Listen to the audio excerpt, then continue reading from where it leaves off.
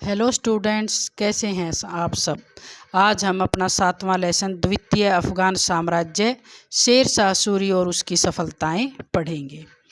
हुमायूं के दो शासनकालों के बीच के समय में सूर राजवंश यानी कि द्वितीय अफ़गान साम्राज्य स्थापित हुआ। इसकी स्थापना महान अफ़गान सरदार शेर शाह सूरी ने की। द्वितीय अफ़गान राज्य के संस्थापक शेर खां का मध्यकालीन भारतीय इतिहास में एक प्रमुख स्थान है।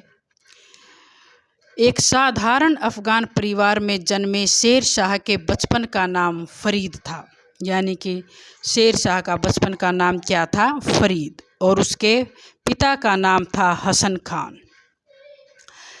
फरीद की जन्म तिथि यानी कि जो शेर शाह सूरी है उसका बचपन का नाम फरीद था और उसकी जन्म तिथि 1472 ईस्वी मानते हैं R.P. त्रिपाठी, और डॉक्टर K.R. कानूनगो के अनुसार यह तिथि 1486 ईस्वी है। तो हमारे लेसन में यहाँ 1472 ईस्वी लिख रखा है, तो हम इसी को मानेंगे। फरीद का प्रारंभिक जीवन सोन नदी के सुरम्य वातावरण में सहसराम में बीता। हसन खां की 4 पत्नियां और 8 पुत्र थे, यानी कि जो फरीद के फादर थे उनकी 4 पत्नियां थी और उनसे उनके 8 पुत्र थे। फरीद पहली पत्नी से था और हसन का झुकाव अपनी चौथी पत्नी की तरफ था, इसीलिए उसने पहली पत्नी के बच्चों की कोई परवाह नहीं की। इसीलिए फरीद अपने पिता से झगड़ा करके 22 वर्ष की आयु में जौनपुर चला गया। फरीद ने यहाँ किसी शिक्षण केंद्र में प्रवेश लिया और उसने अरबी, फारसी व्याकरण तथा सुप्रसिद्ध ग्रंथों सिकंदरनामा, गुलिस्तां तथा बोस्ता का अध्ययन किया। उसकी प्रतिभा से प्रसन्न होकर उसके पिता के संरक्षक जमाल खां ने पिता पुत्र में समझौता करवा दिया तथा हसन को अपनी जागीर का प्रबंध सौंपने की आज्ञा दी। सहसाराम में फरीद ने लगभग 21 वर्ष अपने पिता की जागीर का प्रबंध देखने में लगाए। इस दौरान उसने शासन प्रबंध की शिक्षा तथा अनुभव भी प्राप्त की। उसकी योग्यता से उसका पिता बहुत खुश हुआ, लेकिन अपनी सौतेली माता के व्यवहार के कारण हसन को अपने पिता से झगड़ा हो गया और हसन जागीर छोड़कर आगरा चला गया तथा इब्राहिम लोदी के दरबार में शरण ली। 1520 ईस्वी में हसन खां की मृत्यु हो जाने के बाद इब्राहिम लोदी ने उसके पिता की जागीर फरीद को दे दी। हालांकि फरीद का जागीर को लेकर सौतेले भाइयों से झगड़ा हो गया था तथा फरीद ने दक्षिण बिहार में बहरा खां लोहानी के यहाँ नौकरी कर ली। यहाँ एक शेर को बिना हथियार के मार देने के कारण बहार खां ने उसे शेर खां की उपाधि दी। शेर खां की बहार खां से निकटता को देखकर और शेर खां की उन्नति से कुछ लोहानी सरदारों ने बहार खां के कान भरे और उसे शेर खान के विरुद्ध भड़का दिया। बहार खां ने शेर खां को बिहार के उप सूबेदार के पद से हटा दिया। इसके बाद शेर खान जौनपुर के सूबेदार जुनैद की सहायता से बाबर की सेना में भर्ती हो गया।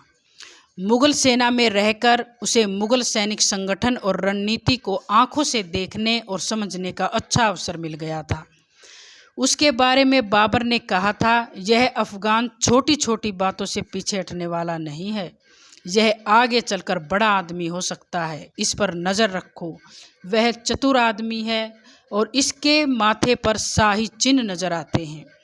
15 महीने के बाद मुग़लों का अफ़गानों के प्रति व्यवहार देखते हुए शेर खान ने मुग़लों की नौकरी छोड़ दी। इस बार दोबारा से बिहार के शासक बहार खां ने शेर खान को अपने लड़के जलाल खां का संरक्षक नियुक्त किया। 1528 ईस्वी में मोहम्मद शाह की मृत्यु के बाद उसकी विधवा दूदू बीवी ने शेर खां को अपना सहायक और बिहार का उप सूबेदार बना दिया। दूदू बीबी की मृत्यु के बाद बिहार की सारी सत्ता शेर खान के हाथों में आ गई। इस दौरान उसने अपने विश्वास पात्र व्यक्तियों को महत्वपूर्ण पदों पर नियुक्त किया था, अपनी शक्ति और प्रतिष्ठा में वृद्धि की। अब है शेर खां के युद्ध। शेर शाह ने अपनी शक्ति बढ़ाने के लिए कई युद्ध लड़े, जो कि इस प्रकार हैं। पहला है बंगाल से युद्ध। बिहार में शेर खान की बढ़ती शक्ति से जलकर लोहानी सरदारों ने जलाल खां को शेर खां के विरुद्ध भड़काया। जलाल खां भी बड़ा हो चुका था। उसने लोहानी सरदारों के बहकावे में आकर बंगाल के शासक नुसरत शाह से शेर खां को कुचलने में सहायता की प्रार्थना की। नुसरत शाह ने 1529 ईस्वी में बिहार पर आक्रमण कर दिया, लेकिन शेर खान ने उसे हरा दिया। दूसरा है चुनार पर अधिकार। 1530 ईस्वी में शेर खान ने चुनार पर अधिकार करने के लिए कूटनीति का सहारा लिया और उसने चुनार के पूर्व सूबेदार ताज खां सारंग खानी की विधवा लाड मालिका से विवाह कर लिया। इस प्रकार चुनार पर शेर खान का अधिकार हो गया। अगला है हुमायूं से संघर्ष और चुनार का पहला घेरा। 1530 ईस्वी में भारत का सम्राट बनने के बाद हुमायूं को हराने के लिए अफगानों के सरदार महमूद लोदी ने 1532 ईस्वी में बिहार पर आक्रमण कर दिया। अगस्त 1535 ईस्वी में दोहरिया नामक स्थान पर हुमायूं ने अफगानों को हरा दिया और उड़ीसा भाग गया, जहां 1542 ईस्वी में उसकी मृत्यु हो गई। इस युद्ध में शेर खान ने भी महमूद लोदी का साथ दिया। शेर खान को दंडित करने के लिए अब मुगल सेना ने चुनार के किले को घेर लिया, जो शेर खान के अधिकार में था। यह घेरा 4 महीने तक चलता रहा। उसी समय गुजरात के शासक नुसरत शाह के दिल्ली की तरफ बढ़ने की सूचना हुमायूं को मिली। इसीलिए हुमायूं ने शेर खान से संधि करना उचित समझा। शेर शाह ने भी स्थिति को देखते हुए हुमायूं से संधि कर ली। शेर खान ने मुगलों की अधीनता स्वीकार कर ली और उसे अपना पुत्र कुतुब खां 500 सैनिकों सहित मुगल सेवा में छोड़ना पड़ा। हुमायूं ने चुनार के किले शेर खान के पास ही रहने दिए। इस प्रकार शेर खान ने बड़ी चतुराई तथा कुटिल नीति द्वारा हुमायूं से अपना पीछा छुड़ा लिया। अगला है सूरजगढ़ का युद्ध। चुनार के घेरे के समय बंगाल के शासक नुसरत शाह ने शेर खान से शत्रुता का व्यवहार किया। 1532 ईस्वी में उसकी मृत्यु हो गई। इसके बाद फैली हुई अव्यवस्था का लाभ उठाकर मई 1533 ईस्वी में एक अफगानी सरदार नुसरत शाह के पुत्र की हत्या करके मोहम्मद शाह के नाम से बंगाल का शासक बना। नुसरत शाह ने बिहार के राजकुमार जलाल खां को उसका खोया हुआ राज्य वापस दिलवाने के लिए दक्षिण बिहार पर आक्रमण कर दिया। 1534 ईस्वी में दोनों सेनाओं के बीच सूरजगढ़ नामक स्थान पर भीषण युद्ध हुआ, जिसमें शेर खान की जीत हुई। अगला है बंगाल एवं रोहतासगढ़ पर अधिकार।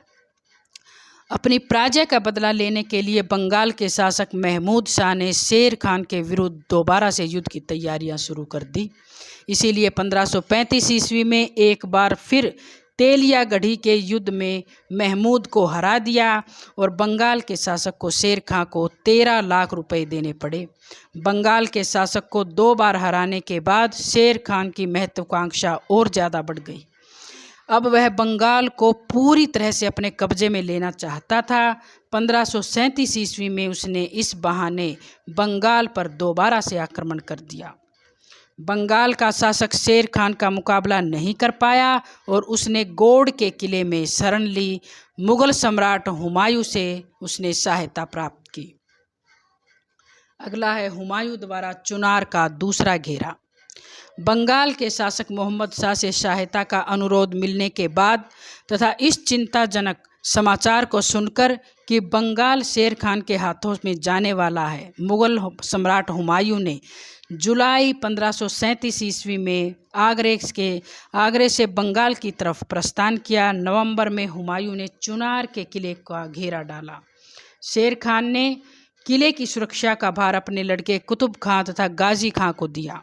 मुगल सेनाएं 6 महीने तक घेरा डाले रही।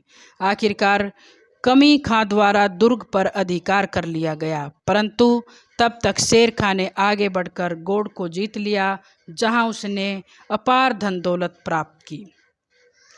1538 ईस्वी में शेर खान ने बड़ी चतुराई के साथ बिहार में रोहतासगढ़ के मजबूत किले पर अधिकार कर लिया। रोहतासगढ़ के मजबूत किलों में से एक था। रोहतासगढ़ पर शेर खान का अधिकार हो जाने से उसे अपने परिवार के लिए एक बहुत ही सुरक्षित स्थान मिल गया था, बल्कि यहाँ पर हिंदू राजाओं द्वारा युगों से इकट्ठा किया गया एक बहुत बड़ा राजकोष भी उसके हाथ लगा। अपनी स्त्रियों तथा बच्चों को इस सुरक्षित स्थान में छोड़कर शेर खान अब हुमायूं से लड़ने के लिए निश्चिंत और तैयार था। अगला है चौसा का युद्ध।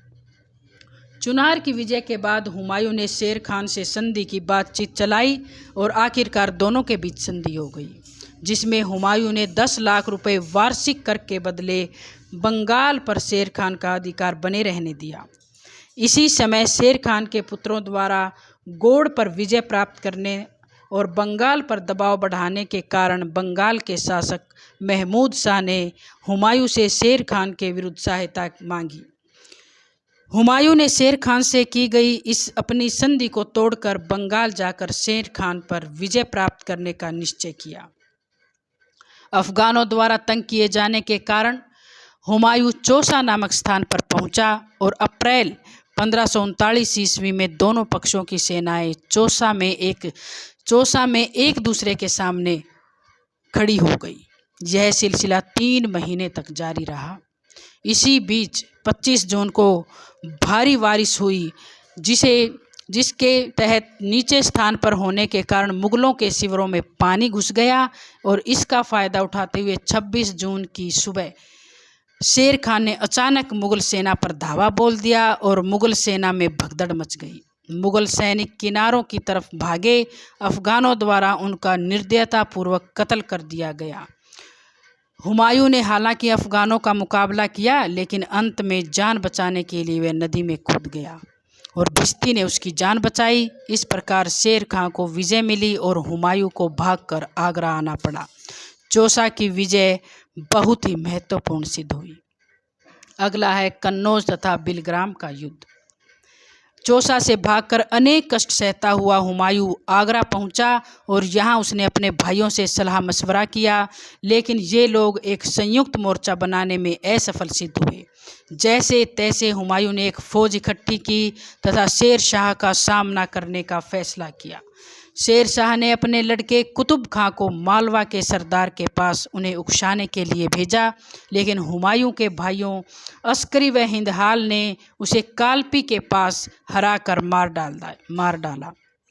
इससे उत्साहित हुमायूं शेर शाह को रोकने कन्नौज की तरफ बढ़ा, जहां शेर शाह पहले ही पहुंचकर नदी के किनारे अपना शिविर बना चुका था। 1.5 महीने तक दोनों सेनाएं आमने सामने खड़ी रही, लेकिन कोई बड़ी झड़प नहीं हुई। शेर शाह ने यहाँ भी बरसात आने का इंतजार किया और 17 मई को बरसात हुई तथा मुगल सैनिकों को अपने शिविरों को ठीक करते देख अफगान सेना ने एकाएक धावा बोल दिया और मुगल सेना की हार हुई। हुमायूं भारत को छोड़कर भागने पर मजबूर हो गया। हुमायूं का साम्राज्य उसके अफगान शत्रुओं के हवाले हो गया। बाबर की भविष्यवाणी ठीक सिद्ध हुई, यह संसार उसका है जो परिश्रम करता है। शेर शाह की कन्नौज विजय ने दिल्ली और आगरा पर अधिकार करने के लिए उसका रास्ता खोल दिया। 10 जून 1540 ईस्वी को हिंदुस्तान के बादशाह के रूप में शेर शाह का राज्याभिषेक हुआ। सम्राट के रूप में शेर शाह की सफलताएं कि कौन कौन सी उसकी सफलताएं थी। पहली थी हुमायूं को भारत से बाहर भगाना। मुगलों को भारत से निकालने के लिए शेर खान ने ख्वासा खां को हुमायूं का पीछा करने के लिए नियुक्त किया और ख्वासा खां ने हुमायूं का भारत की सीमा तक पीछा किया, उसे भारत की सीमा से भगा दिया। दूसरा था गख्खर प्रदेश की विजय। बोलन दर्रे की तरफ से आने वाले रास्ते को मुगलों से सुरक्षित रखने के लिए गख्खर प्रदेश पर अधिकार करना जरूरी था। गख्खर बहुत ही लड़ाकू थे और उनकी सहानुभूति भी मुगलों की तरफ थी। शेर शाह ने उनकी अधीनता स्वीकार करने का आदेश भेजा, लेकिन उन्होंने इसका कड़ा जवाब भेजा। इसीलिए शेर शाह ने उन पर आक्रमण करके उन्हें बुरी तरह से रौंद डाला। तीसरा था बंगाल की पुनर्विजय। शेर शाह को उत्तर पश्चिमी सीमा पर व्यस्त देखकर बंगाल के गवर्नर खिज़्र खां ने विद्रोह कर दिया और अपनी स्वतंत्रता की घोषणा कर दी। शेर शाह जल्दी ही वहां पहुंच गया और उसने खिज़्र खां को पकड़ लिया। शेर शाह ने बंगाल में सूबेदार का पद समाप्त कर दिया और प्रांत को कई परगनों यानी कि कई जिलों में बांटकर प्रत्येक में सिकदार की नियुक्ति कर दी। सिकदारों की नियुक्ति सीधे सम्राट द्वारा की जाती थी। इस व्यवस्था द्वारा शेर शाह ने प्रांतीय सैनिक शासन के स्वरूप को बदल दिया और एक नवीन शासन तंत्र की स्थापना हुई। अगला है मालवा की विजय। शेर शाह ने मालवा के राजनीतिक महत्व को देखते हुए इस पर अधिकार करने का निश्चय किया। ऐसा करके वह गुजरात और मारवाड़ तक सीधी पहुंच बनाना चाहता था, क्योंकि इसी रास्ते से मुगलों के घुसने का खतरा था। 1542 ईस्वी में शेर शाह ने मालवा के अधिकारी मल्लू खां पर आक्रमण कर दिया और मल्लू खां की हार हुई तथा शेर शाह ने मालवा को अपने राज्य में मिलाकर शुजात खां को वहां का सूबेदार बना दिया। अगली है रणथंबोर की विजय। रणथंबोर पर उस्मान खान का अधिकार था और मालवा से लौटते समय शेर शाह ने यहाँ पर आक्रमण किया। उस्मान खान ने शेर शाह के सामने आत्मसमर्पण कर दिया। सिंध और मुल्तान की विजय। सिंध तथा मुल्तान शेर शाह के राज्य में विद्रोह के केंद्र बने हुए थे। इन विद्रोहों की शक्ति लगातार बढ़ती जा रही थी, इसीलिए शेर शाह ने पंजाब के सूबेदार हैबत खां को इनसे निपटने का आदेश दिया। हैबत खां ने इनके विरुद्ध सैनिक कार्रवाई की और इन्हें कुचल डाला। अगला है चित्तौड़ या मेवाड़ की विजय। मारवाड़ से लौटते समय शेर शाह मेवाड़ होकर गुजरा तो वहां के शासक उदय सिंह ने आत्मसमर्पण कर दिया। किले की चाबियां शेर शाह को सौंप दी। अगला है कालिंजर की विजय और शेर शाह की मृत्यु। राजपुताना पर अपना अधिकार स्थापित करने के बाद शेर शाह का ध्यान बुंदेलखंड में स्थित कालिंजर की तरफ आकर्षित हुआ। वहां के शासक कीरत सिंह ने भी अभी तक शेर शाह की अधीनता को स्वीकार नहीं किया था। दूसरा, कीरत सिंह ने रीवा के शासक भीरभाल बघेल को शरण दे रखी थी, जो हुमायूं का मित्र था।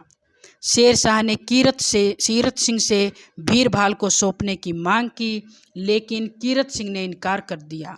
इससे शेर शाह को कालिंजर पर आक्रमण करने का बहाना मिल गया।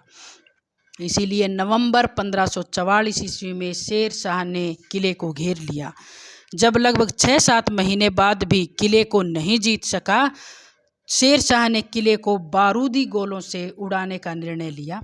गोलाबारी करते समय एक गोला दीवार से टकराकर वापस आ गया तथा गोला बारूद के ढेर में आकर गिरा, जिससे इसमें आग लग गई और शेर शाह पास खड़ा उक्का नामक आग्नेय अस्त्र चला रहा था तो वह बुरी तरह से झुलस गया। लेकिन शेर शाह ने आक्रमण जारी रखने का आदेश दिया। आखिरकार अफगानों ने किले पर विजय प्राप्त कर ली। इस विजय की सूचना मिलते ही शेर शाह को बड़ा संतोष हुआ, लेकिन इसके बाद 22 मई 1545 ईस्वी को शेर शाह की मृत्यु हो गई।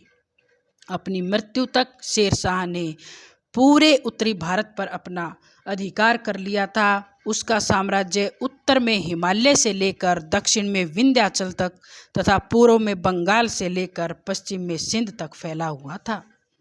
तो बच्चों, आज हम यहीं तक पढ़ेंगे शेर शाह के सफलताएं कि कौन कौन सी उसकी सफलताएं थी, कैसे उसने जीती। अगली वीडियो में हम उसके शासन प्रबंध और सुधारों के बारे में पढ़ेंगे।